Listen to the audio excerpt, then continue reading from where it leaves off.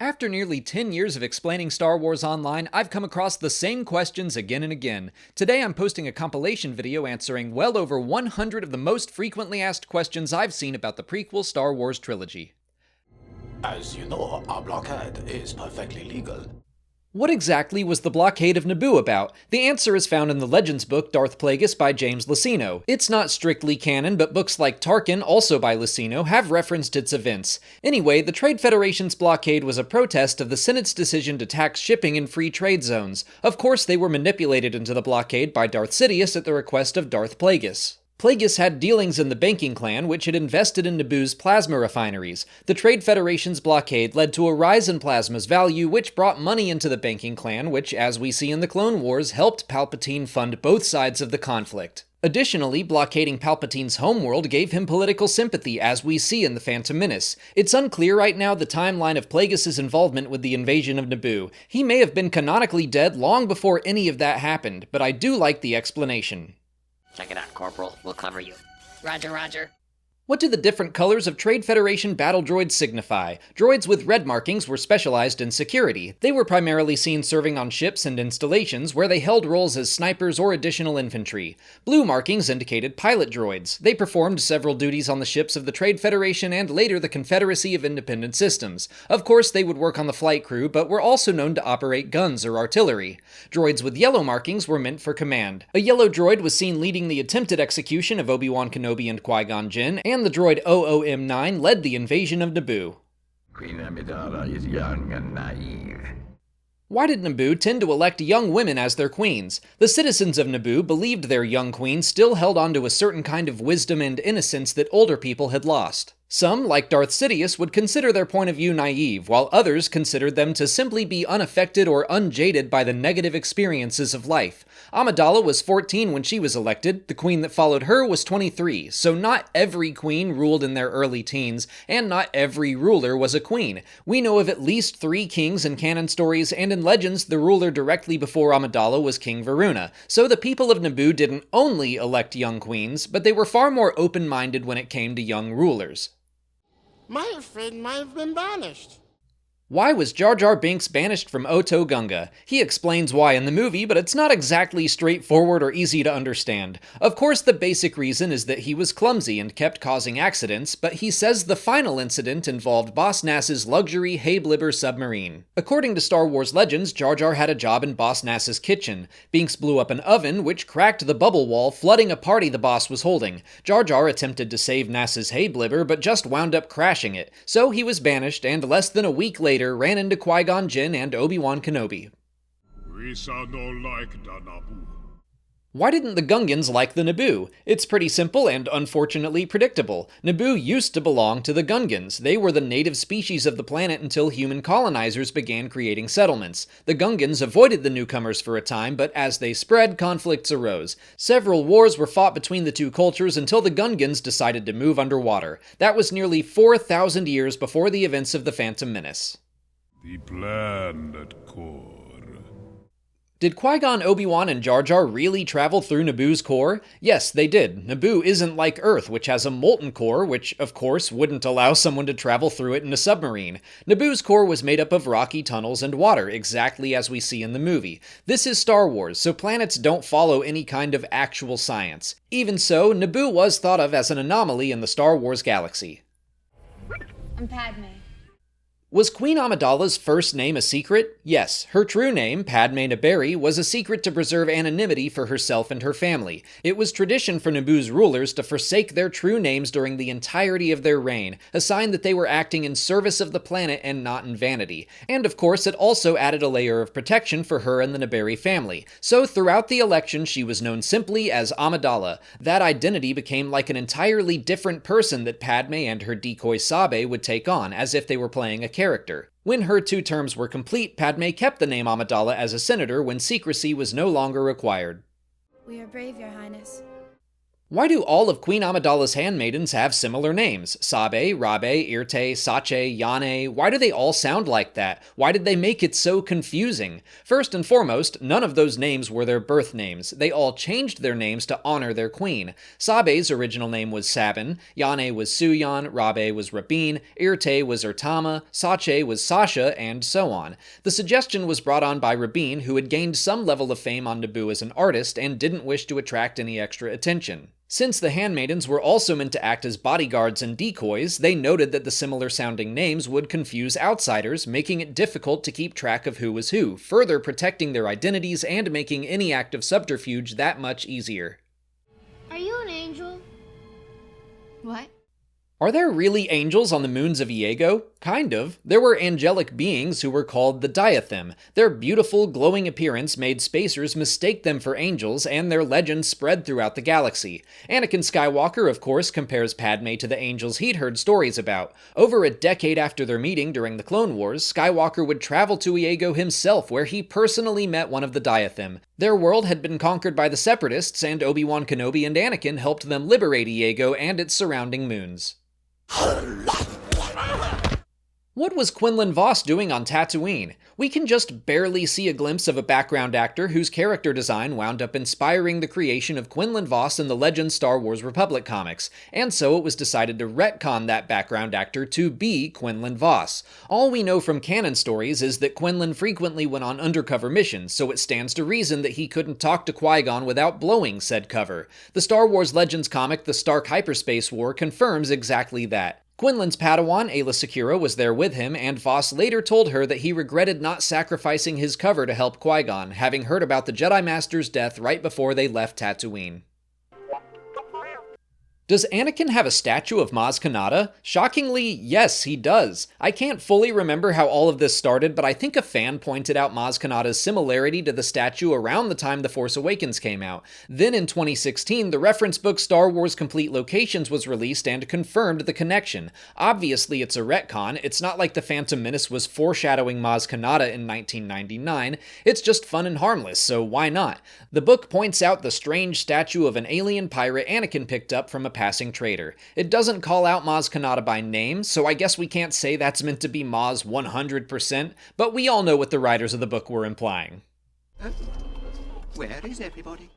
Did Anakin really build C-3PO from scratch? Not exactly. This is wild, but way back in 1977, George Lucas answered some questions about concepts and characters from the original Star Wars. When talking about C-3PO, he said the droid was over 100 years old and worked at an embassy for a time, but he, like so many other protocol droids, fell into disrepair. But he was lucky enough to be reassembled by a young boy who worked for a junk dealer. What? Over 20 years before The Phantom Menace came out, George Lucas had the idea that 3PO would have been rebuilt by a young boy in a junkyard. It wasn't necessarily always meant to be Anakin, but that is crazy to me. Star Wars comics in both canon and Legends have confirmed that Anakin discovered C-3PO's remains in a junkyard and reassembled him over the course of 2 years. You must contact me. Was Naboo really as bad as C.O. Bibble described, or was his message a trick? At the point in time of the message being recorded, it was mostly a trick. Things weren't great on Naboo, but according to Sache, one of the handmaidens who was left behind, it definitely hadn't reached catastrophic levels yet. But thanks to Sache's subtle influence in front of the Trade Federation, she suggested Bibble make that claim because the word toll was an alert word established by the handmaidens so Amidala, Sabe, and the other handmaidens would know Bibble's message was false and recorded under duress. Over 20,000. What was a normal amount of midichlorians? Anakin Skywalker has the highest recorded reading, coming in at over 20,000. According to both canon and legend sources, a normal being had about 2,500 midichlorians per cell. The average Force-sensitive being had at least 4,000 to 5,000. An old Legends reference book called Star Wars Graphics goes into the midichlorian counts of specific characters. I don't think they're accurate anymore, but it's still interesting. Yoda's count was 17,700. Palpatine's was higher at 20,500. Mace Windu and Darth Maul both came in at 12,000. Obi-Wan Kenobi had 13,400. And Anakin's children, Luke and Leia, each had 14,500. I'm the only human who can do it.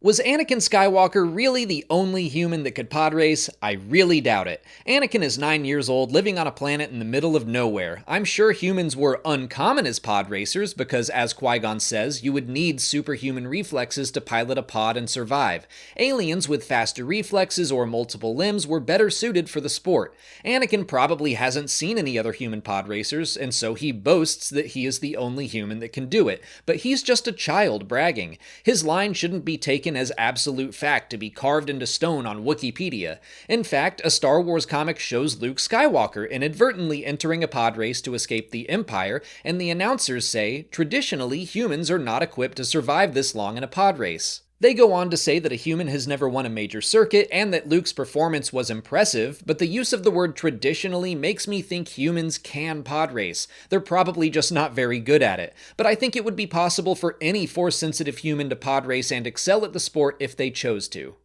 I'm in the Boont race tomorrow.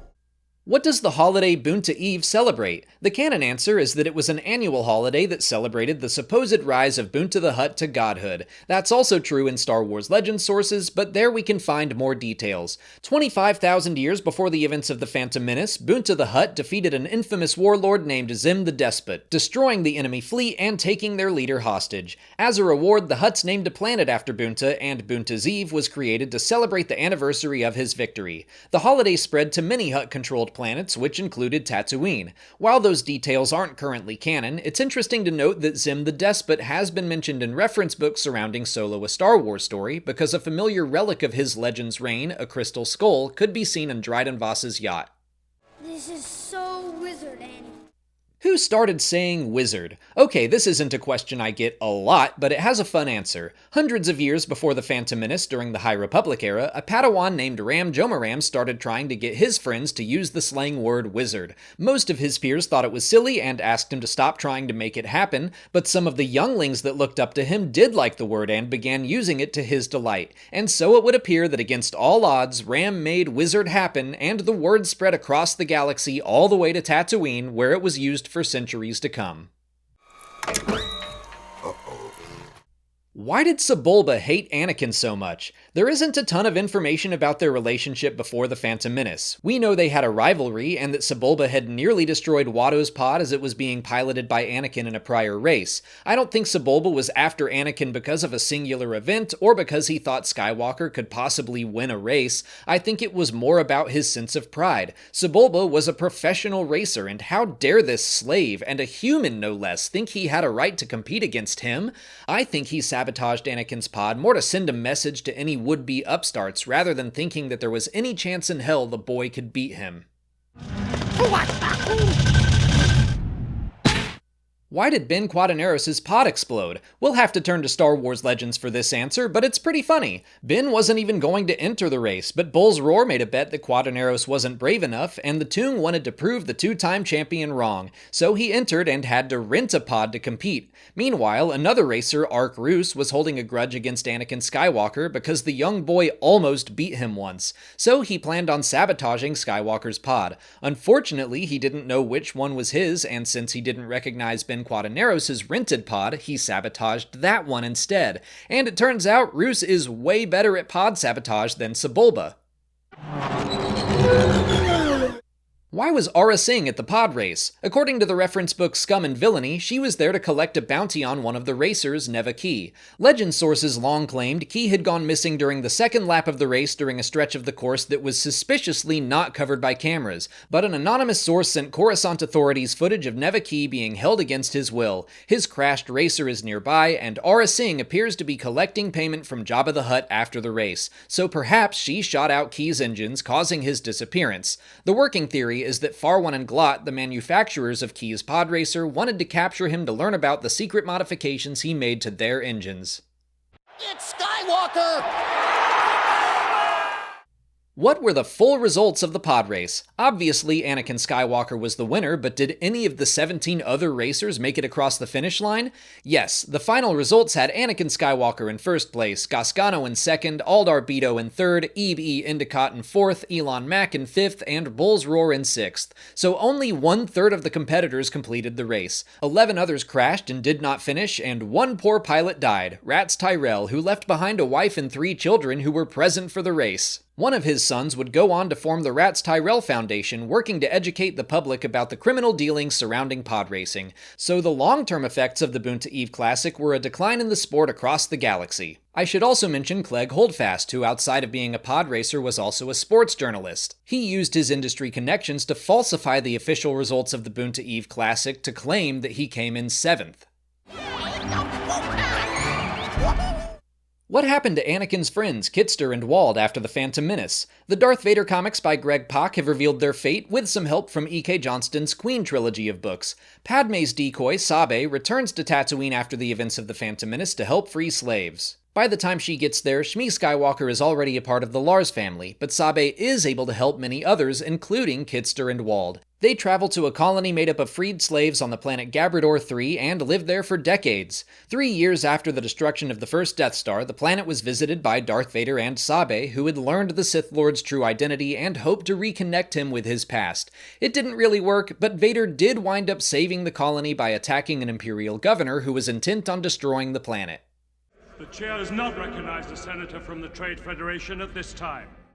What exactly was the Trade Federation from the Star Wars prequels, and why did they have representation in the Senate? It was known as a megacorporation, a collection of corporations that banded together around 350 years before the events of the Phantom Menace. They grew so powerful that eventually they had representation within the Galactic Senate, fighting for the rights of their companies rather than their workers. Basically like if Amazon or Walmart had a seat in the United States Senate, which, isn't too far off from reality. Their origins in Star Wars can be traced all the way back to George Lucas's drafts for the first film, the crawls of which reference ruthless trader barons driven by greed and the lust for power. Alan Dean Foster's novelization for A New Hope also states that the Emperor rose to power thanks to help from the massive organs of commerce. So George Lucas saw danger in the growing connection between corporations and government decades before he finally got to put his Star Wars version of it on screen in 1999. What's the deal with the extraterrestrials in the Galactic Senate? I mean, there are a lot of aliens in the Senate, but I'm specifically talking about the ones from the movie E.T. After Queen Amidala calls for a vote of no confidence, we can see 3 aliens that look exactly like E.T. from Steven Spielberg's classic movie. In-universe, they are called Asogians. We don't know a ton about them, but their senator's name was apparently Grebleeps, which is Spielberg spelled backwards. He was said to be a friend to the Jedi and a political enemy of Palpatine's during the Clone Wars, because he was quickly arrested for treason after the creation of the Galactic Empire. The Asogians were put into the Phantom Menace to fulfill a promise Lucas made to his friend Spielberg after a Yoda Halloween costume and several Star Wars toys were included in the movie E.T. Lucas said he would give E.T. a cameo in his next Star Wars movie. It was probably too late to make it happen for Return of the Jedi, and so Asogians were put into Episode 1. I move for a vote of no confidence. What happened to Chancellor Valorum after the vote of no confidence? Finis Valorum only had one more canon appearance after the events of the Phantom Menace. In the Clone Wars episode The Lost One, the Jedi stumble across the lightsaber of Jedi Master Sifo Dyas, who went missing during Valorum's time in office. They discovered Sifo Dyas was sent on a mission to the planet Obadiah by the Chancellor's office. Yoda visited Valorum and asked about the details of the mission, which in turn helped the Jedi learn more about Sifo Dyas' disappearance, the creation of the Clone Army, and the 2 Sith Lords that were behind the entire plot. No, he will not be trained. Why did the Jedi Council think Anakin was too old to train? They could see that he was clearly attached to his mother, because of course he was, and they were afraid those tendencies would keep him from fully adhering to the Jedi Code. They turned out to be right about that. I think we've seen that it's not impossible for older students to become Jedi. We've seen it happen with Luke and Leia and Ezra, but at this point, the Jedi Council seems to have a one-size-fits-all institutionalized form of training. They didn't seem super willing to give Anakin, the Chosen One Skywalker, special attention to help him him deal with his fears and feelings. The book Master and Apprentice by Claudia Gray tells us about Dooku's first Padawan, Rael Averross, who was 5 when he was taken into the Jedi Order, and he had a difficult time holding to the Jedi Code. He continued to be a nonconformist Jedi Knight to the point where he was sent on assignments that would keep him far away from the Jedi Temple. The Council probably thought 5 years was already too old because of Averross, and then when a 9-year-old walked through their doors, their first reaction was to say, absolutely not. Obi-Wan is ready. I am ready to face the trials. What were the Jedi Trials? Traditionally, it was a series of tests undergone by Padawans to become Jedi Knights. The Trial of Skill was a display of control over the Force and their lightsaber. The Trial of Courage was about facing their fears. The Trial of the Flesh was about sacrifice and commitment to the light side. The Trial of the Spirit was about overcoming personal shortcomings and weaknesses. And the Trial of Insight was about recognizing and resisting lies or illusions. But the trials could be custom-made by a Padawan's master, or if a Padawan underwent a great trial on their own, the Council could choose to promote them to the rank of Jedi Knight. For example, Obi-Wan's defeat of Darth Maul served as his trial, or sometimes the trials were dropped altogether if the Council saw fit. After the start of the Clone Wars, Anakin Skywalker and several other Padawans were quickly knighted to make up for the losses seen at the Battle of Geonosis. I have one battleship on my scope. What happened to the Trade Federation blockade? Why was there only one ship around Naboo when Queen Amidala and the Jedi returned to the planet? There is not an official answer for this, so I'm gonna have to speculate. The blockade was just part of a ruse that was always going to lead to invasion. It's possible that once the actual invasion began, there was no need for a full blockade outside of a droid control ship, so the Trade Federation may have overconfidently sent their resources elsewhere. But there are some sources like the novel Queen's Peril or a picture in the reference book Battles That Changed the Galaxy that suggests the full blockade was still in place and we just didn't see it in the movie for some reason. But the text of Battles That Changed the Galaxy support the idea that the blockade had been lifted and only the droid control ship remained. So we have contradicting details here, but I think it makes the most sense that the blockade had been withdrawn. I am Queen Amidala. Who knew Padme was the Queen in The Phantom Menace? The books Queen's Peril and Queen's Shadow by E.K. Johnston dive into the story of the Handmaidens and reveal that Panaka had plans to provide a decoy for the Queen before she was even elected. He sought out lookalikes for each candidate, and after Amidala won the election, Sabe was recruited. So all the Handmaidens and Panaka and some people close to them knew the truth, although the Handmaidens followed Padme's lead over their head of security, much to his annoyance. Their ruse fooled just about everyone in The Phantom Menace, although Padme strongly suspected that Qui-Gon Jinn saw through the charade the entire time. What is the point of all the laser gates on Naboo in the Duel of the Fates between Obi-Wan Kenobi, Qui-Gon Jinn, and Darth Maul? That facility attached to Theed's Royal Hangar Bay was a plasma refinery that powered the planet's entire capital city. Laser gates were often used as security systems, but the gates on Theed were meant to hold back dangerous amounts of power outputs from the core of the city's primary power generator. The 6 gates represented a Naboo legend that stated that there were 6 gates that held back chaos, or the void. Basically, they represented the gates to the Star Wars version of hell. They required a ton of energy to remain powered, and to keep up, the generators had to cycle off and on about every 5 minutes, leaving about a 10-second gap where they were inactive.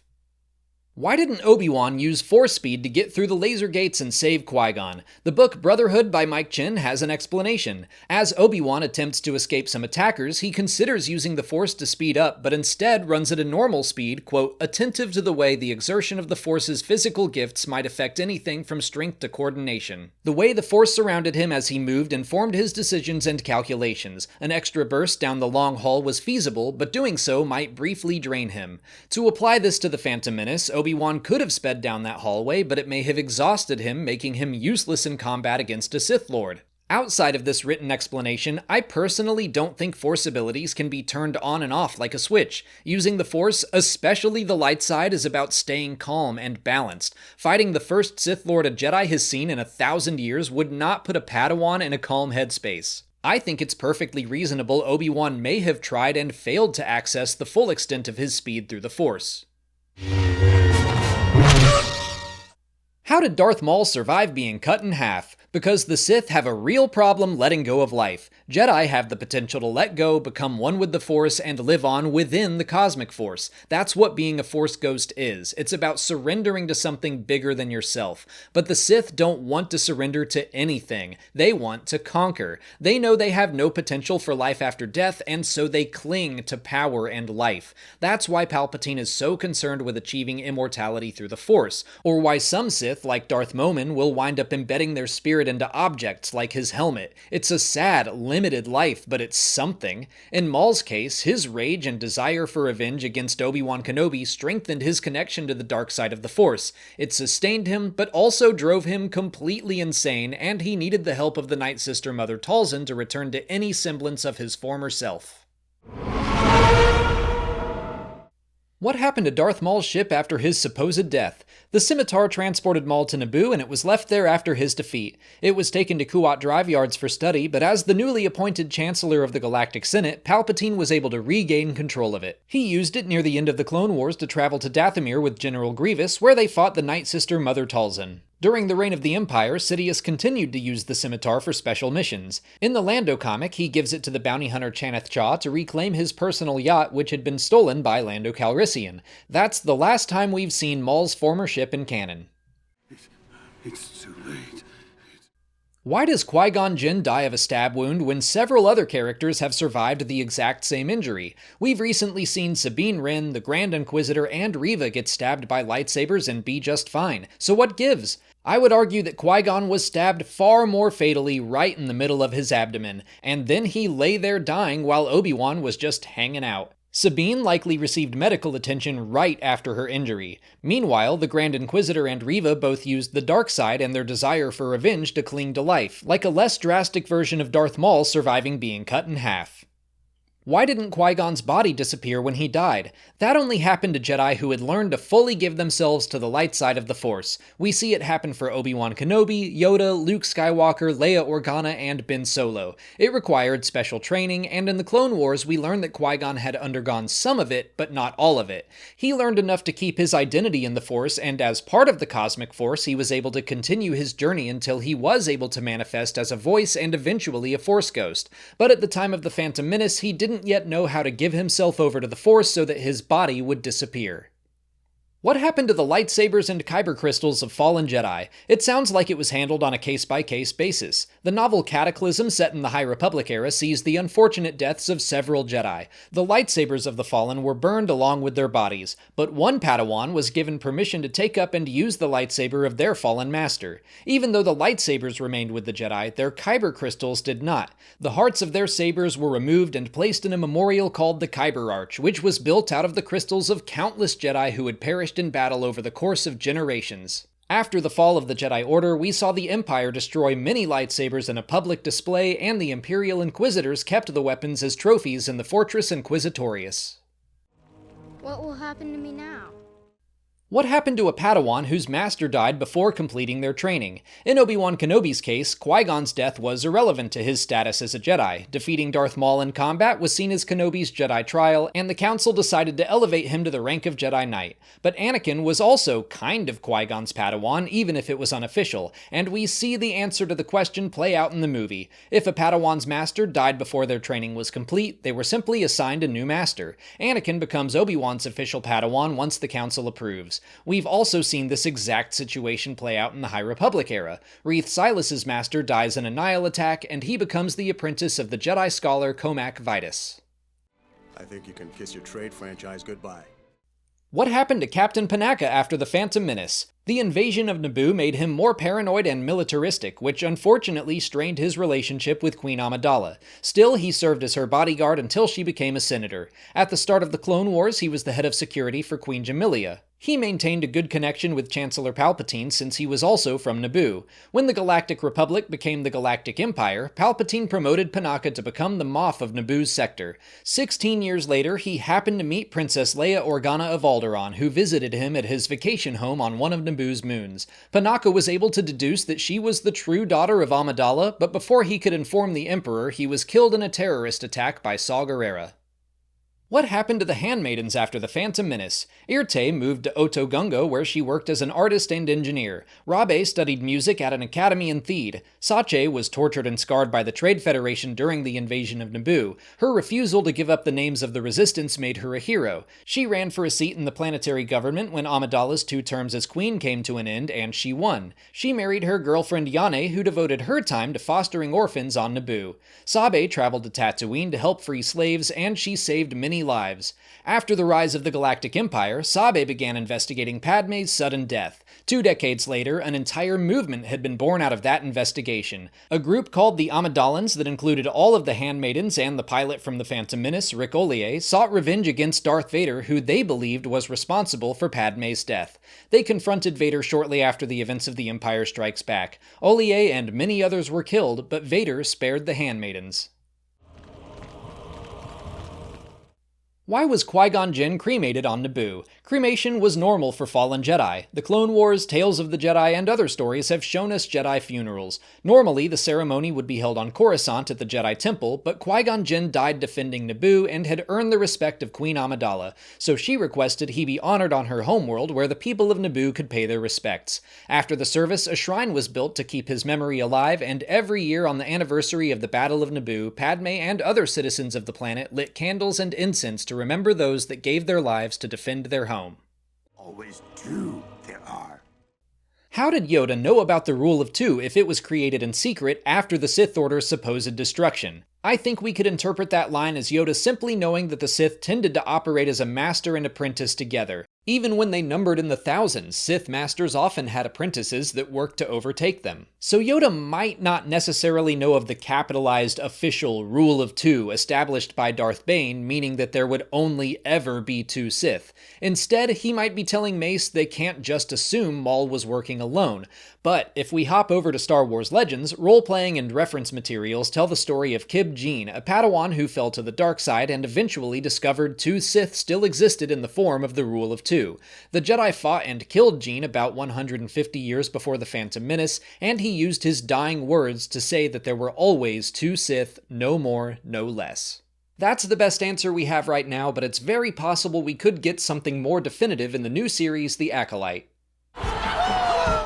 Was Jar Jar Binks a secret Sith Lord? No. This question comes from an admittedly very well thought out fan theory by Reddit user Lumpawaru, who points at Jar Jar's acrobatics, his incredible luck, the fact that he has yellow eyes, and more, basically saying that Jar Jar was clearly meant for a larger role in the prequels, and that he would have been Palpatine's next apprentice instead of Dooku. I do think the theory is a fun read, and it's better put together than 99% of Star Wars theories I've ever seen. I absolutely think Jar Jar Binks was meant to have a larger role in Attack of the Clones and Revenge of the Sith. Actor Ahmed Best has said as much, but I don't believe he would have wound up being a full-on Sith villain.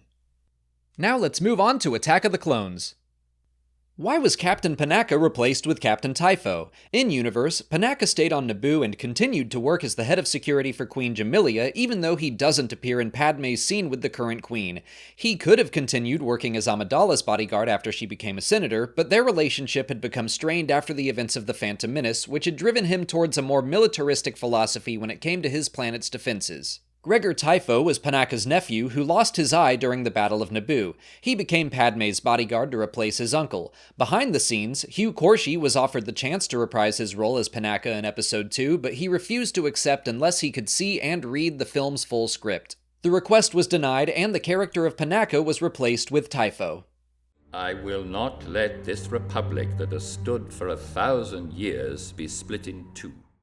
Has the Republic stood for 1,000 years or 1,000 generations? In A New Hope, Obi-Wan claims the Jedi were the guardians of peace and justice in the Old Republic for 1,000 generations, but Chancellor Palpatine says the Republic has stood for 1,000 years. The Old Republic was a planetary alliance that began 20,000 years or so before the events of Attack of the Clones, which, is about 1,000 generations. The Jedi Order defended light and life and sided with the Old Republic during the Sith Wars, which ended 1,000 years before the movies. At that point, the Old Republic underwent like a governmental reboot, becoming a more official galactic republic. So both statements are true, from a certain point of view.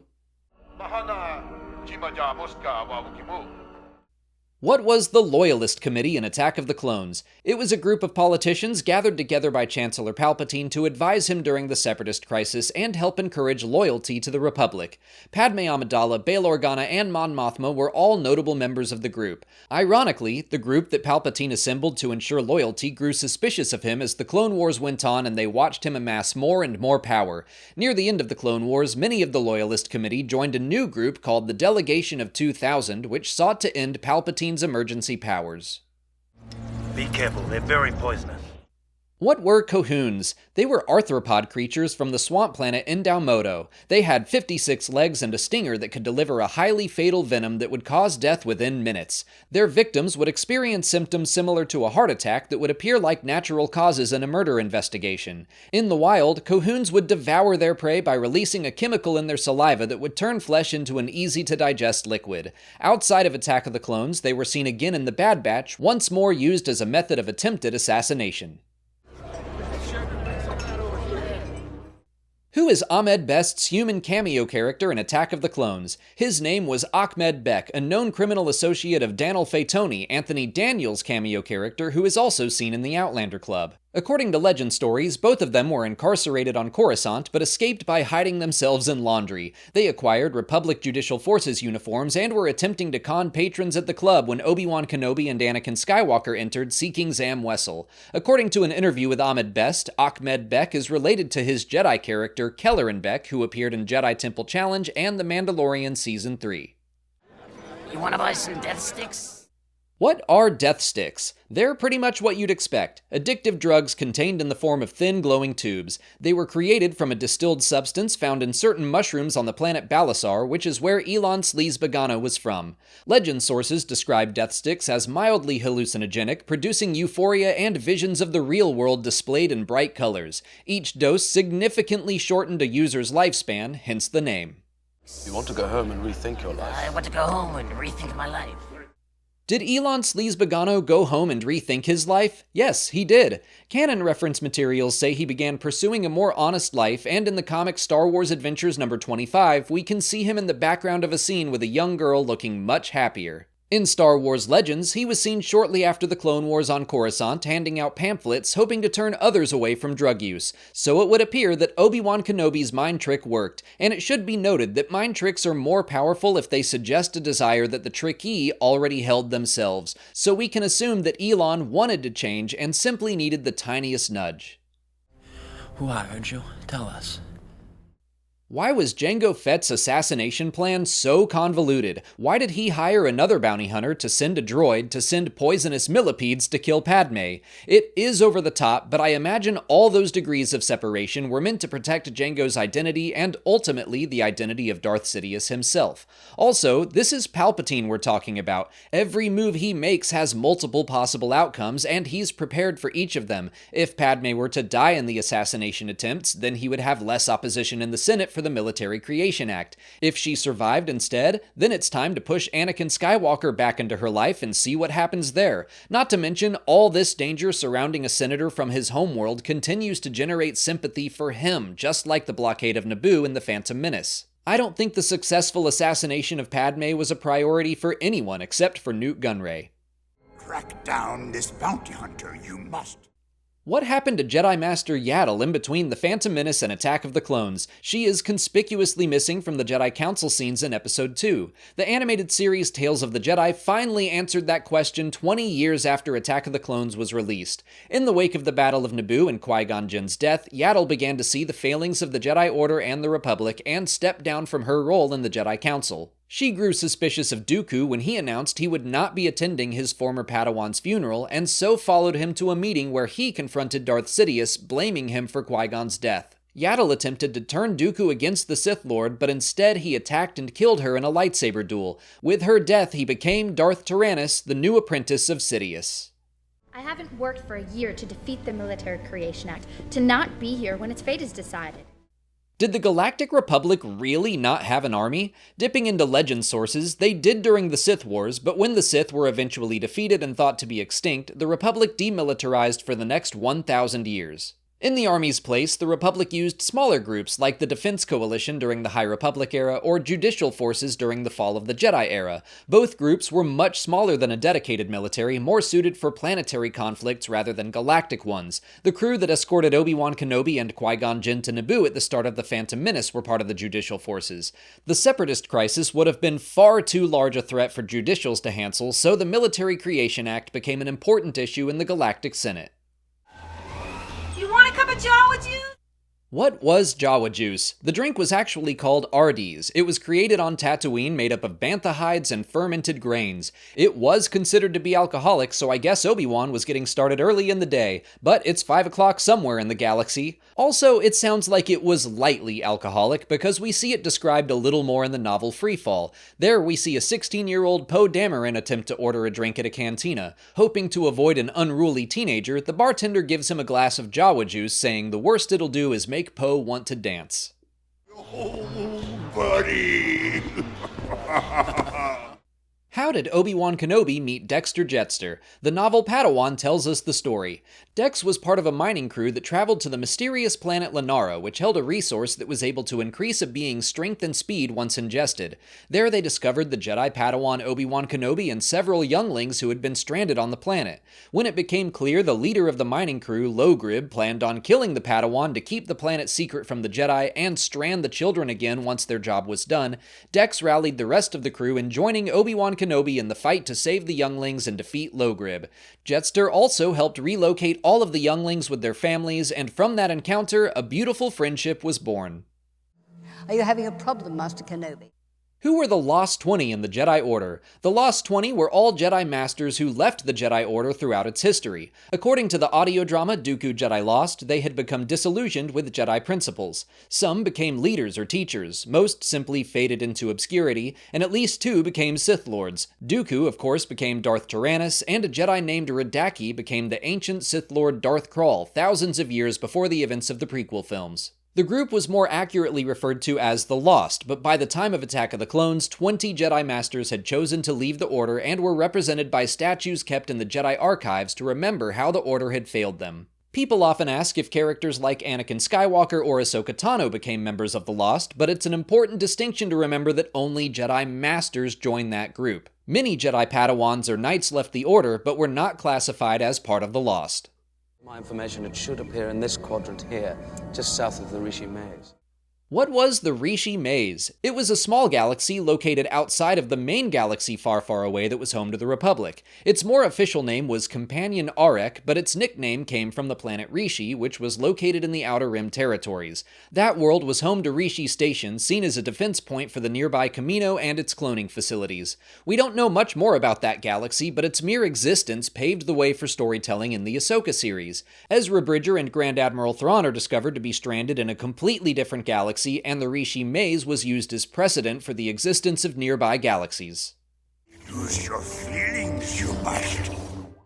Are these younglings all using real lightsabers to train blindfolded? Isn't that insanely dangerous? Not to worry, they're just training lightsabers. Before they went on their gathering to Ilum to collect their personal kyber crystals, Jedi younglings trained with wooden swords or lower-powered lightsabers that wouldn't cause any lasting damage. Young Jedi Adventures shows that younglings would take their training sabers on missions and could even use them in low-stakes combat. Eventually, every youngling would go through the ritual of building their own real lightsaber, but even then they had the option of adding a low-power, non-lethal training mode for sparring sessions as seen in Star Wars Rebels. Who could empty information from the archives? That's impossible, isn't it? Who deleted Camino from the Jedi archives? The easiest guess was always Count Dooku, and that's also the answer. The animated series Tales of the Jedi even shows him doing it. Dooku left the Order about 20 years before the events of Attack of the Clones, or 10 years before the Phantom Menace, but he had a friendly relationship with the Jedi and was allowed to keep his lightsaber and visit the Jedi Temple. After becoming an ally of Darth Sidious and taking control of the clone army on Camino, Dooku used his access to infiltrate the Jedi archives and delete the planet from their records during the events of Episode 1. 200,000 units are ready, with 1 million more well on the way. How did the Kaminoans become such good cloners? It was out of necessity. According to legend sources, Kamino suffered a great flood that nearly destroyed the Kaminoan people. They developed cloning technology to survive. When their society was stable again, they continued their experiments and even spread to other planets, establishing cloning facilities on worlds like Boravio. Although they were highly selective of the clients and cloning jobs they accepted, their reputation grew until Sifo-Dyas learned of their existence and placed the order for the eventual clone army. Master Sifo-Dyas was killed almost 10 years ago. What's the deal with Sifo-Dyas? The original plan for the story was for the name to be a clear pseudonym for Sidious, pronounced Sito-Dyas, but a typo in the script altered his name to Sifo. One thing led to another and a new character was created. George Lucas initially planned to unravel the mystery in Revenge of the Sith, but the plotline was cut and finally revealed in the 6th season of the Clone Wars. Sifo-Dyas was a Jedi Master who had visions of the future that weren't always looked at favorably by the Jedi Council. As a member of the Jedi Council, he warned his peers of a coming galactic conflict. Shortly before the time of the Phantom Menace, he was dismissed from the Council as a warmonger. He took it upon himself to order the clone army from Kamino, which caught the attention of Darth Sidious. Having already begun working with Count Dooku, the two arranged for Sifo-Dyas' death at the hands of the Pike Syndicate. His whereabouts were unknown until the final days of the Clone Wars, when Plo Koon discovered the lightsaber of the missing Jedi Master. Magnificent, aren't they? Was Obi-Wan meant to find the clone army on Kamino? Was that part of Palpatine's plan? I think this is open for debate, and I see arguments for both answers. I would argue that he was not meant to find the clones, but that it wasn't a problem that he did. The Essential Guide to Warfare states that Obi-Wan Kenobi eventually discovered what was happening, but Sidious was untroubled. Dooku and Sidious went to great lengths to keep Kamino and the clone army a secret, and it would have been impossible to guess that a diner owner would have led Obi-Wan Kenobi there. But at this point in the clone army's development, the plan was too far along, and Sidious is always ready to adapt to new situations. So deep into the Separatist crisis, the Jedi and the Republic were willing to take the bait of a convenient, if not highly suspicious army at the ready. Now, if the Jedi had found Kamino 5 years earlier or something, then it might have been a problem. I also think Kenobi finding the clones on accident worked out in Palpatine's favor. I'm sure he had a plan to reveal their existence to the galaxy on his own, but having the Jedi do it makes the Chancellor seem even more like an innocent bystander. Who paid for the clone army? In short, it was the Sith. In Legends, the novel Darth Plagueis shows Plagueis manipulating Sifo-Dyas into placing the Order with his own funds under his public persona as a high-ranking member of the banking clan. I think something similar likely happened in canon. Dooku left the Jedi Order well before the clone army was ordered. When he reclaimed his position as Count of Sereno, he became one of the richest men in the galaxy. Maybe he convinced Sifo-Dyas to place the Order and even gave him the money for a down payment. Then Sifo-Dyas was killed, allowing Dooku and Sidious to take control of the project. The book The Essential Guide to Warfare says the clone army was then funded at least in part by Palpatine funneling billions of Republic credits through a maze of intermediaries to the Kaminoans. They'll do their job well. I'll guarantee that. Did Jango Fett know about Order 66? In Star Wars Legends, he definitely knew the true purpose of the clone army was to destroy the Jedi. After being hired for the job, Dooku straight up tells him, "Your clones will be the most formidable soldiers the galaxy has ever known. In time, they will be instrumental in the destruction of the Jedi." Jango held a grudge against the Jedi and wanted to wipe them out. In canon, we don't have such a definitive answer. Jango does give Obi-Wan Kenobi a smug look when he guarantees the Jedi his clones will do their job well, but the Age of Republic comics show us an alternate version of how he was hired by Darth Tyrannus. No mention is made of destroying the Jedi, but Dooku does applaud Jango's discretion, so it's possible he knew the clones would be used to destroy the Jedi Order. Personally, I don't think Sidious would tell a mercenary that detail unless he absolutely had to, but right now, I think the canon answer to this is up for debate. How about the Kaminoans? Did they know about Order 66? They definitely knew. In the Clone Wars Season 6, a clone named Tup has a malfunctioning inhibitor chip and executes Order 66 early, killing a Jedi in the middle of a battle. A Kaminoan scientist named Nala Se informs Prime Minister Lama Su of a preemptive execution of Clone Protocol 66, prompting him to reach out to Lord Tyrannus, whom he calls by name. But they seem to be under the impression Tyrannus himself is a Jedi, and that Order 66 was a safeguard against rogue Jedi. So they may not have known that the clone army was intended to one day wipe out all of the Jedi, even if they knew of its existence. But I also don't think they cared. They only seemed to care about doing their jobs well and getting paid. Is Jango Fett's armor made of Beskar? Yes, we should assume that it is, even though you can see it bend and fold in some scenes. Mandalorian iron was first mentioned back in 1994, but Beskar was far from prominent to Star Wars fans in 2002, not the way it is now thanks to The Mandalorian. So in Attack of the Clones, Jango Fett's costume wasn't designed for consistency as much as it probably was made for convenience and comfort. There were some deleted shots showing Jango deflecting Mace Windu's lightsaber with his gauntlets, but legend sources used to say his armor was made of Durasteel. More currently, we can say that Jango's armor was made of a Beskar alloy. In The Mandalorian, Boba Fett reclaims his Beskar armor from Din Djarin and says it once belonged to his father. I would assume he is wearing the same repainted set of Beskar. What happened to Kamino after the Clone Wars? The Bad Batch animated series tells us that story. The Empire discontinued their cloning contracts with the Kaminoans and refused to repay their debts, claiming that their original deal was with the Republic. Clone troopers were replaced with TK troopers and eventually stormtroopers. The cloners were no longer needed and were an unnecessary loose end, so the Empire destroyed the cities and cloning facilities of Kamino. But some Kaminoans were spared and forced to continue secretive cloning research for the Empire, like Project Necromancer, working to find a way to effectively clone a suitable vessel for Palpatine's spirit in the event of his death. We see in The Rise of Skywalker that those experiments never fully succeeded. You are an idiot!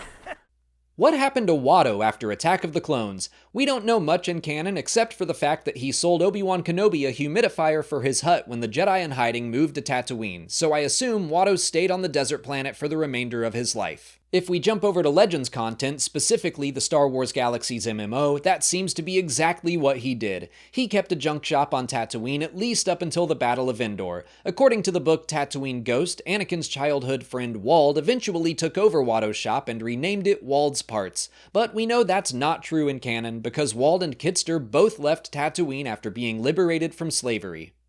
Klieg Lars. Shmi is my wife.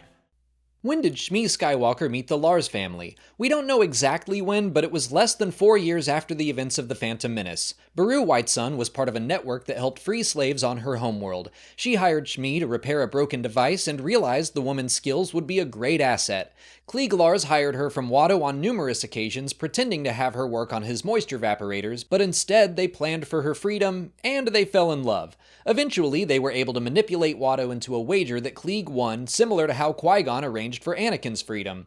Shmi married Klieg and traveled to the Lars family home where she and Beru developed a device to find and remove the chip that slavers placed inside her body, fulfilling a dream that her son once had.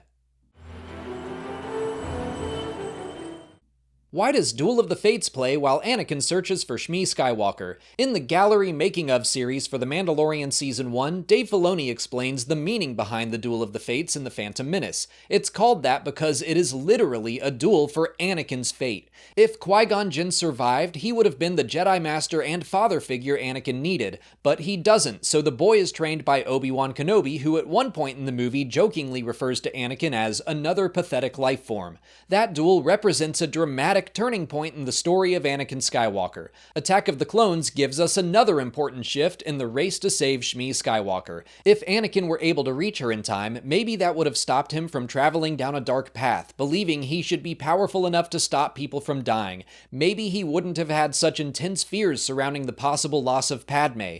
Anakin's destiny once again hangs in the balance during this scene, and so Duel of the Fates plays once again. In the documentary The Beginning about the making of The Phantom Menace, George Lucas talks about planning to reprise the song in the other prequel films because of how well it represents the inevitable nature of fate. Our friends from the Trade Federation have pledged their support.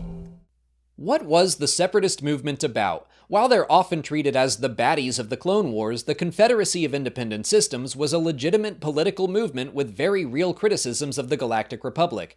Tales of the Jedi shows Dooku experienced two different systems who were taken advantage of by their senators. The Phantom Menace and the blockade of Naboo also showed how ineffective the government had become. Rich core worlds received preference over the struggling Outer Rim, who gave taxes and support to a republic that offered little in return. The separatist planets wanted independence. They were joined by several corporations like the Trade Federation, Techno Union, and so on, who would profit from the war and could maybe get some tax breaks from the Republic in the end if they had more bargaining power. Dooku and Darth Sidious took advantage of the greed of the megacorporations and the legitimate grievances of the people to engineer a war that would result in the destruction of the Jedi and the Republic and leave them in charge. Separatists absolutely committed atrocities during the Clone Wars, but as the crawl for Revenge of the Sith states, there were heroes and villains on both sides. Annie? What did the Tusken Raiders do to Shmi Skywalker? They tortured and starved her. The novelization for Attack of the Clones says every day they came in and tortured her a bit more, prodding her with sharp spears or beating her with the blunt shafts and short whips. It was more than a desire to inflict pain, Shmi realized, though she didn't speak their croaking language. This was the Tusken way of measuring their enemies, and from the nods and tones of their voices, she realized that her resilience had impressed them. So that's what she experienced every single day for a month. I killed them. Why isn't Padme more bothered by Anakin's admission to slaughtering the Tusken Raiders? The book Skywalker: A Family at War says it's easier to excuse misdeeds perpetrated by the ones we love. Troubled as she was by the massacre of the Tusken Raiders, she could see that this act did not define Anakin's character, but was the result of immense grief and justifiable anger, a serious but momentary lapse in judgment. I think Padme was bothered by Anakin's actions, but love can blind people to a person's faults. She also sees that Anakin isn't admitting his crime with pride, he is disgusted with himself. And Padme doesn't know much about the Tuskens. All she's been told by Klieg, Lars, and Anakin is that they're vicious animals, so she might be taking that at face value. I don't think she's the kind of person to paint with that broad a brush, but that might be what she told herself to excuse what Anakin did. Goodbye, my darling wife. Who do the other graves belong to on the Lars homestead? We don't know for sure, but we can make a decent guess. Klieg, Lars's parents, Leff and Greta, started the moisture farm we see in the movie. They also had another son, Klieg's younger brother named Eddern. He died when he was young, and Leff and Greta passed away shortly after. A morning, Klieg left Tatooine and traveled the galaxy for a time, where he met Owen's mother, Ica. She also passed away when Owen was very young, prompting Klieg's return to his family farm. Since Ica died off-world, I'll guess that the smaller grave is for Eddern, and maybe the larger headstone marks the grave of both Leff and Greta. I'm not worried, R2. It's just I've never flown before.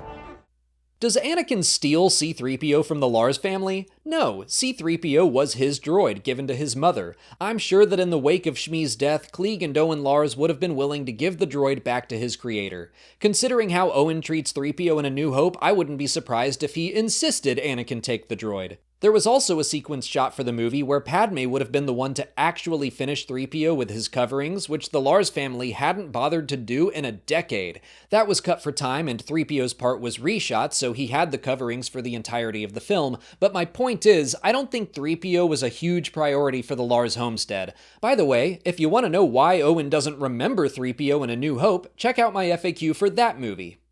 If only Senator Amidala were here.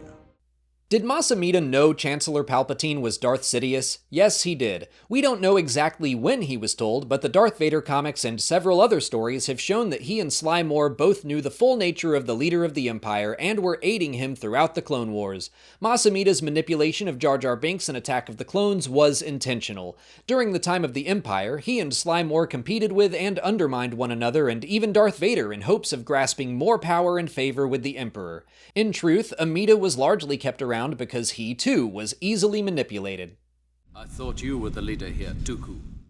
What is Dooku's full name? A lot of people think Dooku is the character's last name, but it's actually closer to his first. According to the audio drama Dooku Jedi Lost, thousands of years before Dooku's birth, his homeworld of Sereno went by a different name. It fell under the control of the Sith Empire until 8 of the planet's greatest families rallied against their invaders. Under the leadership of House Sereno, they defeated the Sith without any help from the Jedi Order. To honor the heroes, the planet was renamed to Sereno, and House Sereno became its rulers. Dooku was part of that lineage, so his full name would technically be Dooku Sereno.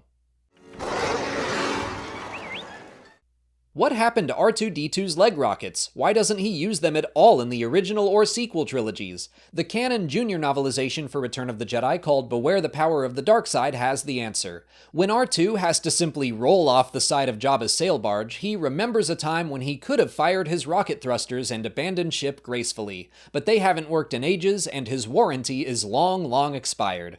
This works well with the Legends answer to this question. R2's rocket boosters were created by Brooks Propulsion Devices, named after Billy Brooks, the CGI artist that animated the droid's flying scenes in Attack of the Clones. The Empire shut the company down after the Clone Wars, so when R2-D2's boosters eventually ran out of fuel or broke, there would have been no way to repair or refill them, and so we never saw them in use again.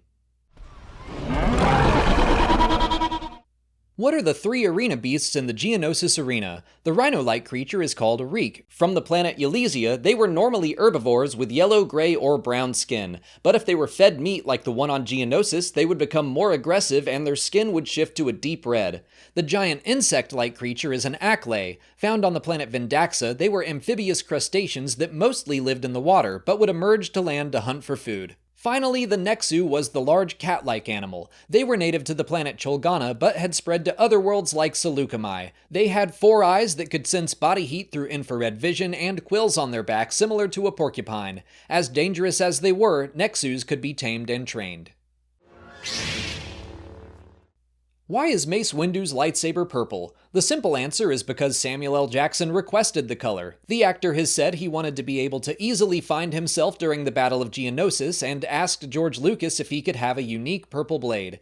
In Star Wars Legends, Mace was given rare purple crystals after helping the people of the planet Hurricane, and he used one of them in the construction of his lightsaber at the age of 28.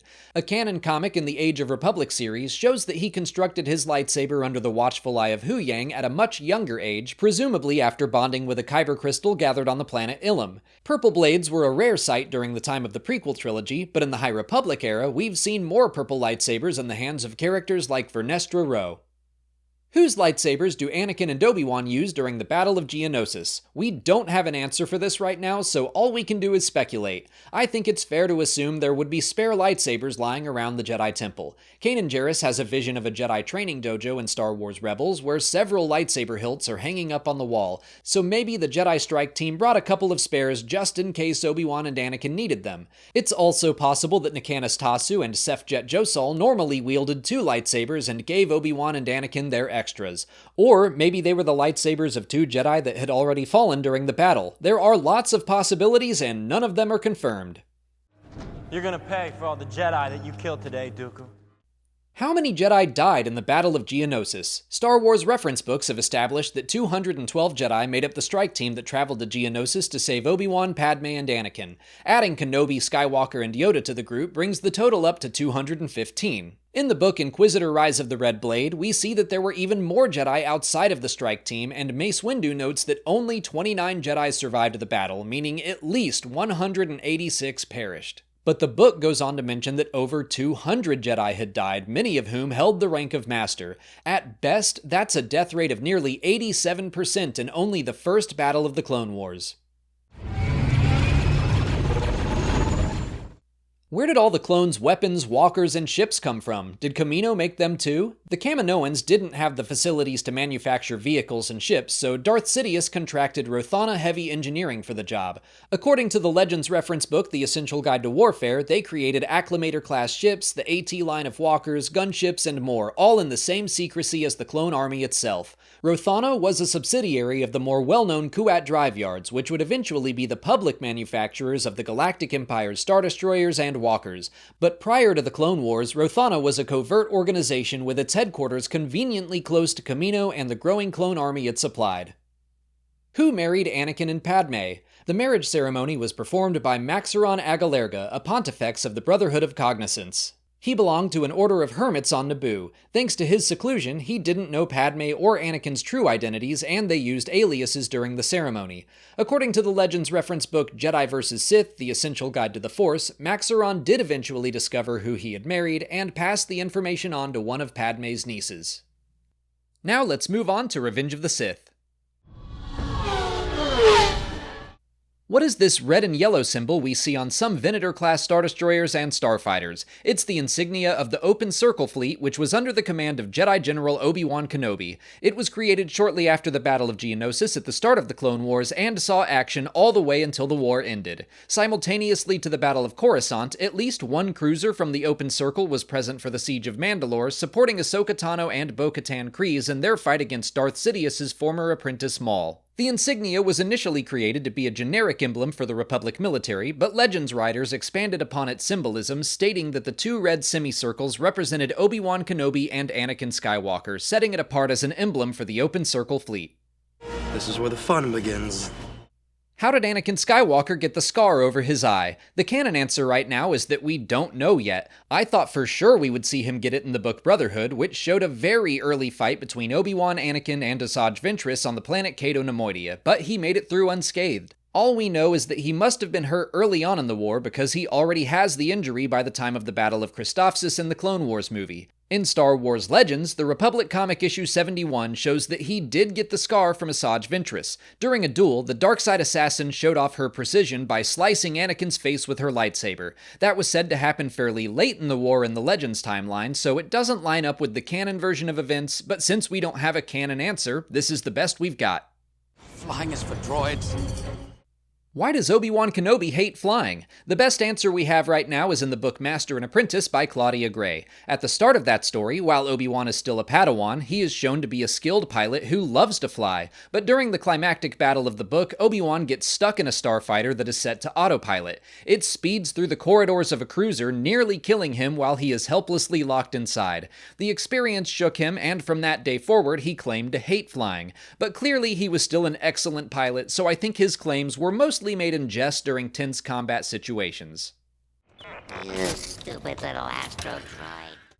Why do the battle droid voices change to become far sillier in Episode 3? After the deactivation of the droid army during the Battle of Naboo, battle droid manufacturers moved away from the use of a central droid control ship. The new models were allowed to have more independent thought, which created personality quirks in their programming. That change had already been made by the time of Attack of the Clones, but there was a deleted scene where several Jedi attacked a droid control ship, so maybe the droids we heard talking in Episode 2 were older models, and then by the time of Revenge of the Sith, droid control ships had been completely phased out and the newer models had fully replaced them.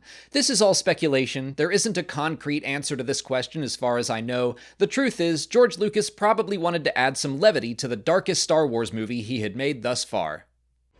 Chancellor. You alright? How is Palpatine captured by the Separatists? We don't have a canon version of this story, so I'll just use the Legends version seen in the Clone Wars microseries that was released in the lead-up to Revenge of the Sith. General Grievous launched a massive attack on Coruscant with the sole purpose of capturing the Republic Chancellor. He chased Palpatine and several Jedi out of the Senate building through public transportation and even invaded a bunker meant to protect the leader of the Galactic Senate. Grievous killed 2 Jedi and incapacitated Shaak Ti before escaping with Palpatine. While the Clone Wars series is considered Legends, the canon Star Wars Timeline's reference book does mention the death of Ithorian Jedi Master Roran Korob, who is depicted protecting Palpatine in those episodes. My powers have doubled since the last time we met, Count. When was the last time Anakin and Count Dooku faced each other? Had Anakin's powers really doubled since then? The last time we see them fight in the Clone Wars series is on the planet Obadiah in the Season 6 episode The Lost One, but Anakin and Dooku also fight in the novel Dark Disciple, which takes place after that. Both stories take place in the last year of the war. I'm estimating now based on the Star Wars Timeline's reference book, but if we evenly spread out the events that take place in the year 19 BBY that lead up to the Battle of Coruscant, I would guess Anakin last fought Dooku about 7 weeks before Revenge of the Sith. At the time of the writing of Episode 3, I expect this line about his powers doubling to suggest that they hadn't fought since Attack of the Clones. Now we know the two of them fought countless times throughout the Clone Wars, so it's just Anakin bragging and being insanely prideful, as Dooku himself states. What's the situation, Captain? What are General Grievous's origins? Before he was a cyborg, Grievous was a Kaleesh warrior. His world was at constant war with a neighboring planet. He made a name for himself as a warrior and conqueror of other worlds. The Jedi wound up siding with Grievous's enemies and punished the Kaleesh. The General grew to hate and envy the Jedi and their skills in the Force. His hatred of the Jedi attracted the attention of the Sith, who offered him a chance to increase his skills in battle by becoming a cyborg. In the Legends version of the story, Grievous was maimed, lied to, and manipulated by the Sith into becoming a cyborg, but the Clone Wars series established that he volunteered for cybernetic enhancements. Over time, he sacrificed most of his body in his quest for more power. Why does General Grievous cough all the time? I think the most well-known reason is from the Clone Wars microseries, which shows Mace Windu using the Force to crush the General's cybernetics during the Battle of Coruscant. But that's part of Star Wars Legends, and the Clone Wars series shows that Grievous had his cough well before that time during his earliest appearances. Animator Rob Coleman has said that he and George Lucas decided the cough was meant to represent the limitations of cybernetic technology and Grievous's willingness to sacrifice his health in the name of strength and power. He is an imperfect imitation of Anakin's eventual fate of becoming more machine than man. Is the Millennium Falcon in Revenge of the Sith? Yes, it is, although at the time it had a different name, the Stellar Envoy. George Lucas himself confirmed for an old StarWars.com article that the tiny cameo is meant to be the Millennium Falcon before it was owned by Lando Calrissian or Han Solo, and it was not simply another YT-1300. The Stellar Envoy had been in use by a secret Republic organization for a decade prior to Revenge of the Sith. We don't know why it was on Coruscant at this point, but shortly after, it was involved in an accident and was left in a junkyard where it fell under new ownership. That business on Cato Nemoidia doesn't count. What was that business on Cato Nemoidia, and did it count? The book Brotherhood by Mike Chen tells that story. Shortly after the Battle of Geonosis, the Republic was framed for a bombing on Cato Nemoidia, a neutral planet. Obi-Wan was sent to absolve the government, but Asajj Ventress interfered and got the Jedi Master arrested. Kenobi hid his lightsaber, planning to escape a clearly unfair trial, but Anakin heard about Obi-Wan's arrest and went against the Jedi Council to travel to Cato Nemoidia to save his friend. He did, but in doing so interfered with Kenobi's original plan to escape on his own. He claimed he would have been just fine without Anakin's help. So does that business count? Did Anakin save Obi-Wan's skin 9 or 10 times? I think it's up for debate, but for what it's worth, Mike Chen believes that it should absolutely count. In Star Wars Legends, the story is told in the book Labyrinth of Evil by James Luceno. Shortly before the events of Revenge of the Sith, Obi-Wan and Anakin are sent to Cato Nemoidia to capture Newt Gunray. Kenobi drops his rebreather on the mission, which Anakin picks up. They later fight a group of battle droids while they're simultaneously gassed with a substance that basically makes Obi-Wan drunk until Anakin is able to get his rebreather back to him. I'm tired of all this deception. I don't care if they know we're married. Who knew about Anakin and Padme's relationship? Because they're not doing a great job at hiding it in Revenge of the Sith. The movie obviously shows us that Palpatine is fully aware of their marriage. Obi-Wan is able to deduce that Padme is pregnant with Anakin's child. The book Brotherhood showed us that he suspected they had a relationship shortly after the events of Attack of the Clones, and in the Clone Wars series, he continues to strongly suggest he knows what's going on. Speaking of the Clone Wars, it would appear that Anakin let some of the clone troopers in on the secret, like Rex, who keeps a lookout for Skywalker while he makes a holocall back to his wife. The animated shorts Forces of Destiny revealed that Anakin's Padawan Ahsoka knew about her master's relationship, and E.K. Johnston's trilogy of books surrounding Padme showed us that some of her handmaidens like Sabe and Dorme were aware of her secret marriage. Yes, Lord Sidious.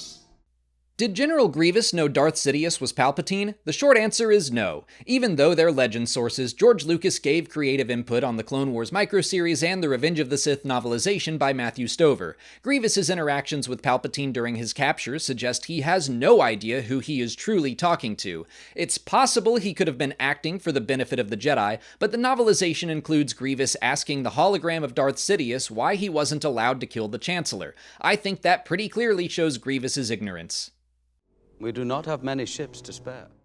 Whose Jedi Council seat did Obi-Wan take? After the Battle of Geonosis, a seat was left vacant by Coleman Trebor, the Jedi Master who was shot by Jango Fett while attempting to kill Count Dooku. According to the book Brotherhood, several Jedi Masters rotated through Trevor's seat, but Obi-Wan was granted a permanent assignment to the Jedi Council after he traveled to investigate a bombing on the neutral world Cato Nemoidia. The Republic was initially framed for the event, and Obi-Wan was able to clear his government of the crime. Take a seat, young Skywalker. Okay, well, whose Jedi Council seat did Anakin take? I don't think there's a firm answer on this. Anakin is sitting in the spot where even Peel sat in Attack of the Clones, and he did perish in Season 3 of the Clone Wars, but those seats don't seem to be permanently assigned. Some Jedi, like Yoda, Mace Windu, and Ki-Adi-Mundi, are always in the same chair, but throughout the Clone Wars, we can see the other Jedi Masters moving around, and Peel was likely replaced on the Council much earlier. Apo Rancisis and Depa Billaba are notably absent from the Council in this scene. Depa was fighting on the planet Kaller, and Apo was fighting on Seleucami. I wonder if Anakin didn't replace anyone. Since he wasn't granted the rank of Master, the Jedi Council may have just allowed him to use an empty seat, and it's completely plausible they didn't consider him to be an actual member of the Council anyway. Good relations with the Wookiees, I have. When and how did Yoda create good relations with the Wookiees? The canon reference book Star Wars Timelines places the event in the final year of the Clone Wars, stating that Yoda helped the Wookiees of Kashyyyk defend their planet against Separatist raiders, earning him the honor Defender of the Home Tree. That story was a planned arc for Season 6 of the Clone Wars before the series was cancelled. In a panel at Star Wars Celebration 2015, Dave Filoni revealed information about the episodes, showing that the Bad Batch would have been included in the adventure, and he specifically stated that Yoda was part of the arc to link back to his line about the Wookiees in Revenge of the Sith. Our allegiance is to the Senate, not to its leader, who has managed to stay in office long after his term has expired. How long was a Chancellor's term in the Galactic Senate? Obi-Wan claims Palpatine has stayed in office long after his term has expired, so how long has it been? Palpatine has held the position of Chancellor for 13 years at this point, but a term length was only meant to be 4 years. The Senate's leader could be elected for a second term, so the maximum length should be 8 years. In Attack of the Clones, Palpatine is granted emergency powers to stay in office, but that means he had already exceeded his term limit. So how did he do that? The in-universe reference book Star Wars Propaganda states that Palpatine was able to extend his term thanks to the growing separatist movement. He convinced senators that it would be unwise to change leadership in the midst of such a crisis, and so he was allowed to remain in office for an additional 2 years. When the Clone Wars began in earnest, the same argument was made by Jar Jar Binks, granting him full emergency powers. Everything Palpatine did was meant to be the act of a leader reluctantly accepting more and more power slowly over time. Who is George Lucas's cameo character in Revenge of the Sith? He was Baron Papanoida from Pantora. He made his wealth as a media mogul and became the supreme chairman of his planet after the death of Chi Cho early in the Clone Wars. The Trade Federation kidnapped his daughters in an effort to force him to secede from the Republic and join the Separatists, but he worked with Ahsoka Tano to rescue them. Behind the scenes, George Lucas's daughters encouraged him to take a cameo role in the Star Wars universe, refusing to take cameos themselves unless he joined them. George, Katie, and Amanda Lucas can all be seen outside of the opera in Episode 3. Did you ever hear the tragedy of Darth Plagueis the Wise? Did Darth Sidious and Darth Plagueis create Anakin Skywalker? That's a popular fan theory I've seen, and I would say that it's implied, with Palpatine's knowing look to Anakin right as he's talking about using midichlorians to create life, which relates back to Anakin's own birth. Earlier drafts of the script went even further, with Palpatine telling Anakin, "I arranged for your conception. I used the power of the Force to will the midichlorians to start the cell divisions that created you. You could almost think of me as your father." But Lucas ultimately decided not to go that direction. I choose to believe Palpatine's implication in the film is another manipulation on his part rather than the truth. The Legends Darth Plagueis book does link the birth of the Chosen One to Darth Sidious and Darth Plagueis. The Force basically created Anakin in response to the Sith Lords meddling with midichlorians. So in a sense, Palpatine could have been considered accidentally responsible for Anakin's birth in Legends. The Darth Vader comic by Charles Soule sparked more debate about the issue, but its creators specifically stated that the intent of the story was not meant to imply that Palpatine was directly connected to Anakin's birth. Then his apprentice killed him in his sleep. When did Palpatine kill his master, Darth Plagueis? In canon, we don't know right now. We basically just know that Plagueis was Sidious's master and that his apprentice killed him in his sleep. The canon Star Wars Timelines book says Palpatine became the Senator of Naboo in the year 52 BBY with the help of his master's influence. 12 years later, Sidious took Maul as his own apprentice, so Plagueis likely died somewhere in that time. The Star Wars Legends book Darth Plagueis by James Luceno shows us that Plagueis was alive all the way until the events of the Phantom Menace, and that Palpatine killed him the night he was elected Supreme Chancellor. It's possible that's still true in canon, but I doubt it. We simply don't know much at all about Plagueis from canon sources right now. It's treason, then. What happened to Darth Sidious's lightsaber? He loses it during his fight with Mace Windu, but has it again later to duel with Yoda.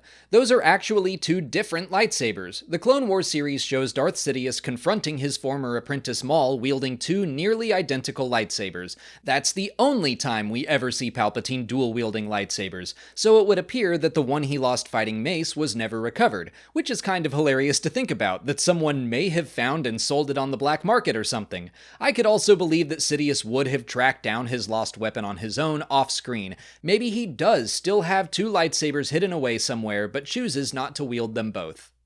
You are under arrest, my lord.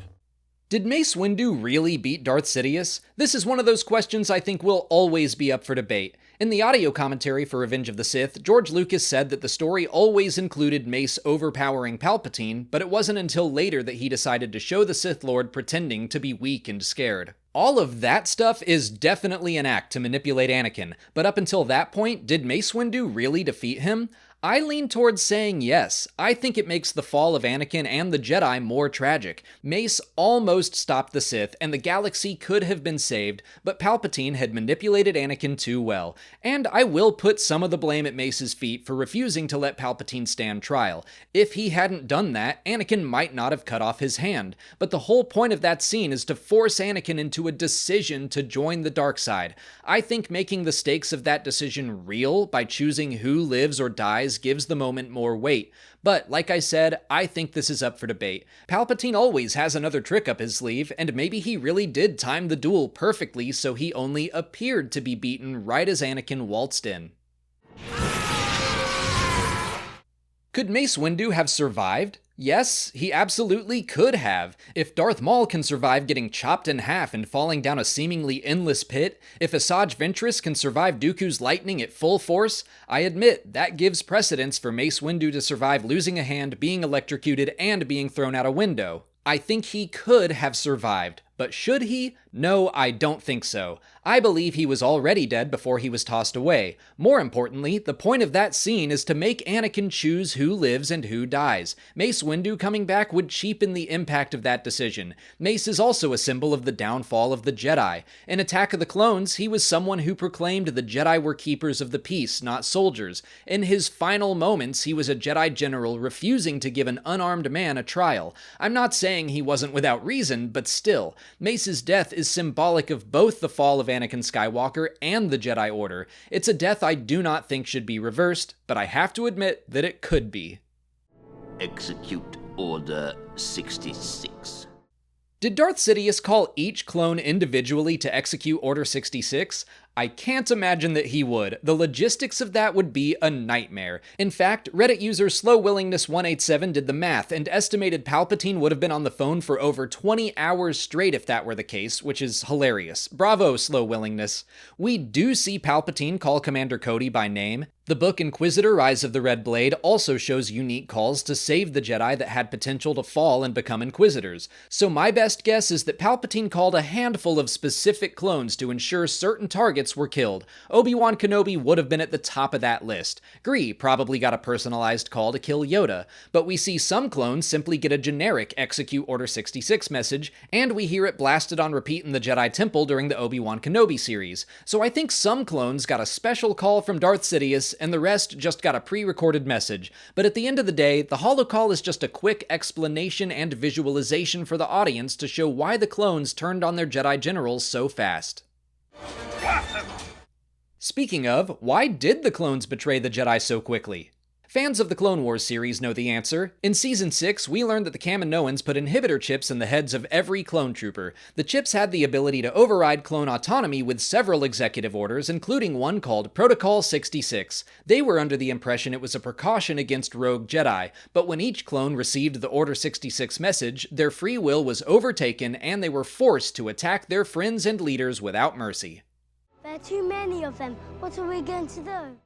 Where were the Jedi Temple guards during Anakin's attack on the Jedi Temple? The Clone Wars showed us that the Temple had its own security force of masked Jedi wielding yellow lightsabers, but they're nowhere to be seen during the assault. The real answer is that they hadn't been created by the time of Revenge of the Sith's production, but in-universe, Clone Wars and Star Wars Rebels writer Henry Gilroy suggested a solid answer. The Grand Inquisitor was a member of the Jedi Temple Guard. He had likely fallen to the dark side and become an ally of Darth Sidious before the end of the Clone Wars, so when Anakin attacked the Temple, the Grand Inquisitor may have been called upon to betray his fellow guards, taking away the Jedi Temple's first line of defense. How does Shaak Ti die in Revenge of the Sith? She is well known for having several deaths throughout Star Wars. A deleted scene from Revenge of the Sith shows her execution at the hands of General Grievous during the opening scenes of the movie. But she is later seen on the Jedi Council, so that can't be true. Star Wars Legends had her survive the events of Episode 3 only to be killed by Starkiller in the Force Unleashed video game. But I think the current canon answer is that she was killed off-screen during Anakin's attack on the Jedi Temple. Another scene was shot in which Anakin kills her while she meditates. Although it wasn't included in the final cut of the film, Yoda witnessed her death in a vision of the future in the Clone Wars, and the canon reference book Galactic Atlas confirms that's how the Jedi Master died.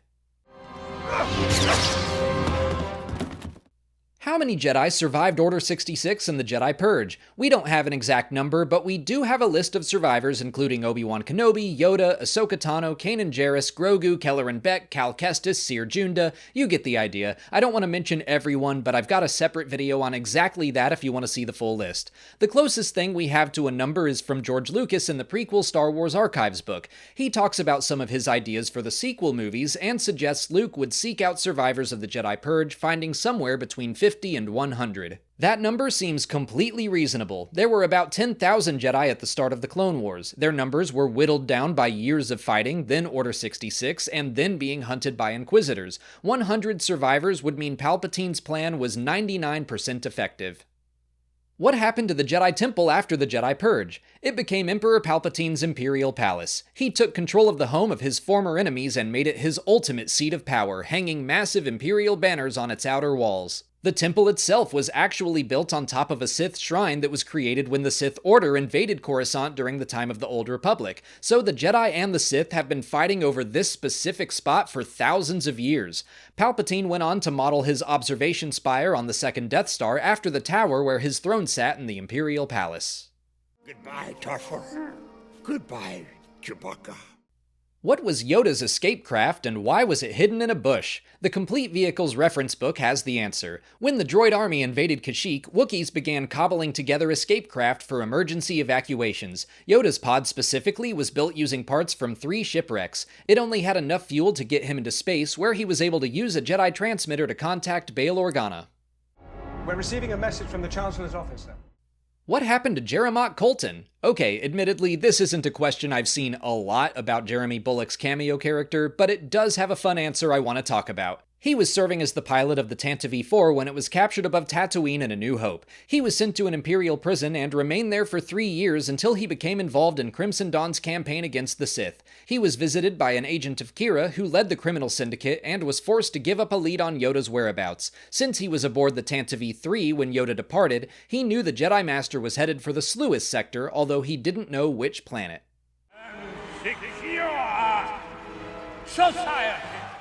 What happened to Mas Amedda after Revenge of the Sith? We never see him again in the Star Wars films, but he pops up frequently in the books, comics, and even some of the animated series.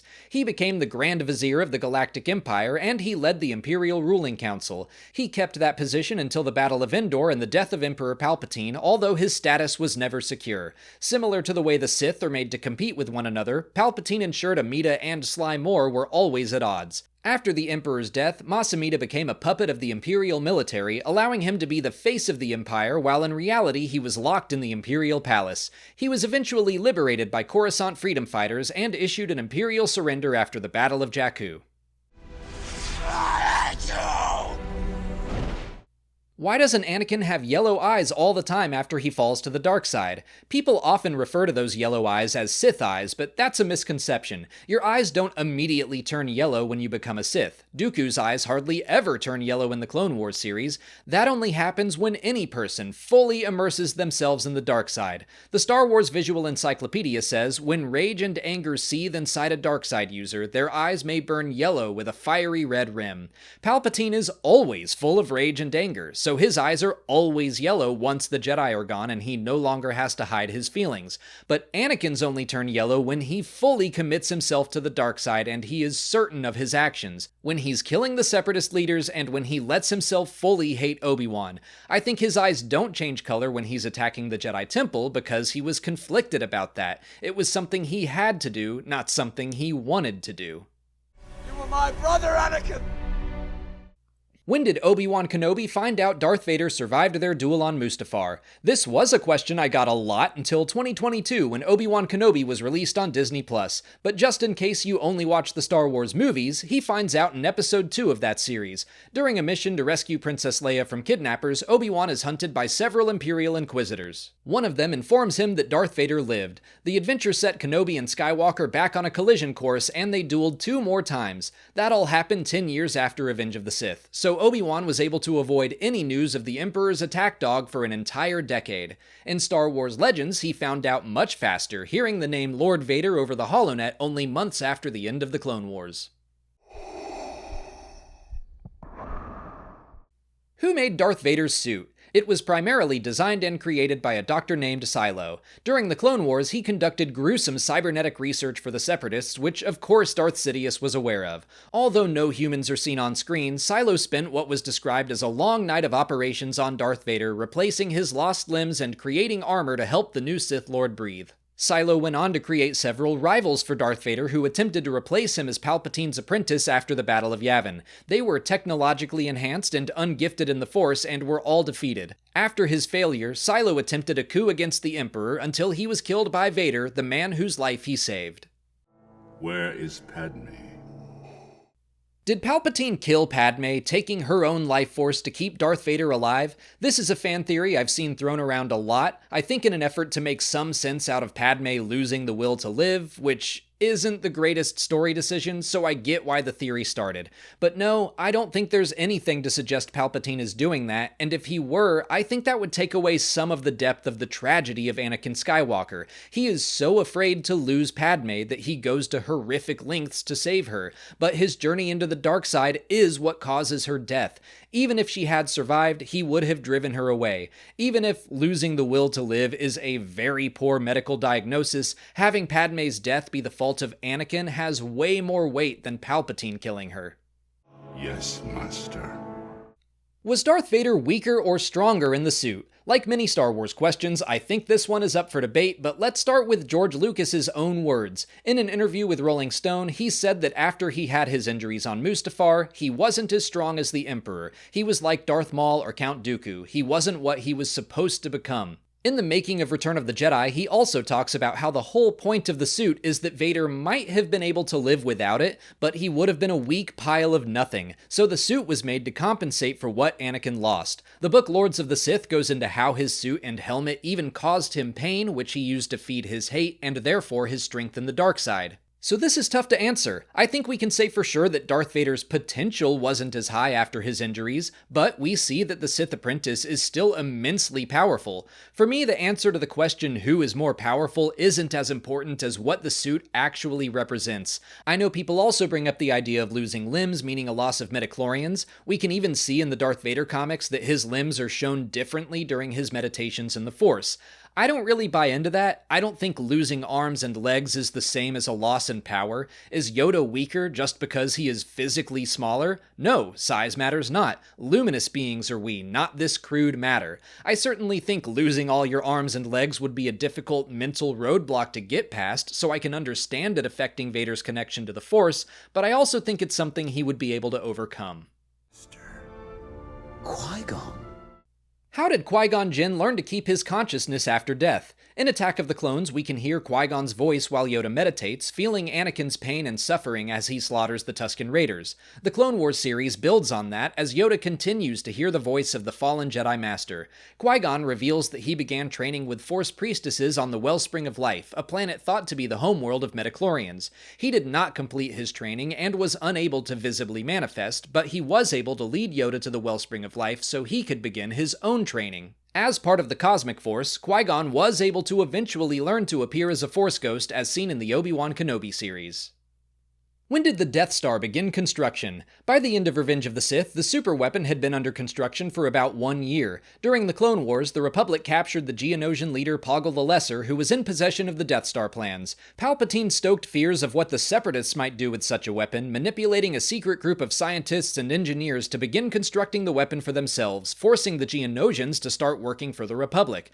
Construction began over Geonosis, and that's where this scene takes place. About a decade later, the work was moved to Scarif, where it was completed, and the Geonosian people were nearly exterminated by the Empire.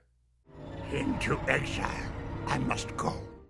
Why does Yoda choose Dagobah for his exile? Yoda first traveled to the planet during the Clone Wars. He was led there by the voice of Qui-Gon Jinn, who began teaching the Jedi Grand Master how to become one with the Force and live on after death. There, Yoda entered the Darkside Cave and experienced a vision of the future. After the rise of the Galactic Empire, Yoda returned to Dagobah because its strength in the Force would help mask his own presence and aid in his meditation. The abundance of life enhanced his skills and even helped him commune with other Jedi and watch over Luke and Leia from afar. He also continued to enter the Darkside Cave to confront and learn from his fears as he waited for the right time for the return of the Jedi. What is the time frame of Revenge of the Sith? Days? Weeks? Months? Does it last over the entirety of Padme's pregnancy? No, Episode 3 takes place over a matter of days. Legend sources claim it's 6 days. An old tweet from the Lucasfilm Story Group says it's about 10. Looking at the movie itself, I think the argument could be made for just 4 days, but I would assume the Story Group's source would be from George Lucas's notes. Another tweet stated that Natalie Portman wore the same pregnancy prosthetic throughout the entire film, suggesting that she had already been pregnant for months by the start of the story. This is supported by the 7th season of the Clone Wars, which shows Padme hinting at her pregnancy while Anakin is away in the Outer Rim sieges. But the short answer is that Revenge of the Sith takes place over a matter of days. And that brings us to the end of the most frequently asked questions I've seen about the prequel Star Wars Trilogy. Check out the videos I've already done answering questions about the original trilogy, and I'm hard at work on the sequel FAQs right now. Make sure you catch those by liking this video, subscribing to the channel, following us on our socials, and please consider checking out our Patreon page for even more Star Wars talk. As always, thanks for watching, and may the Force be with you.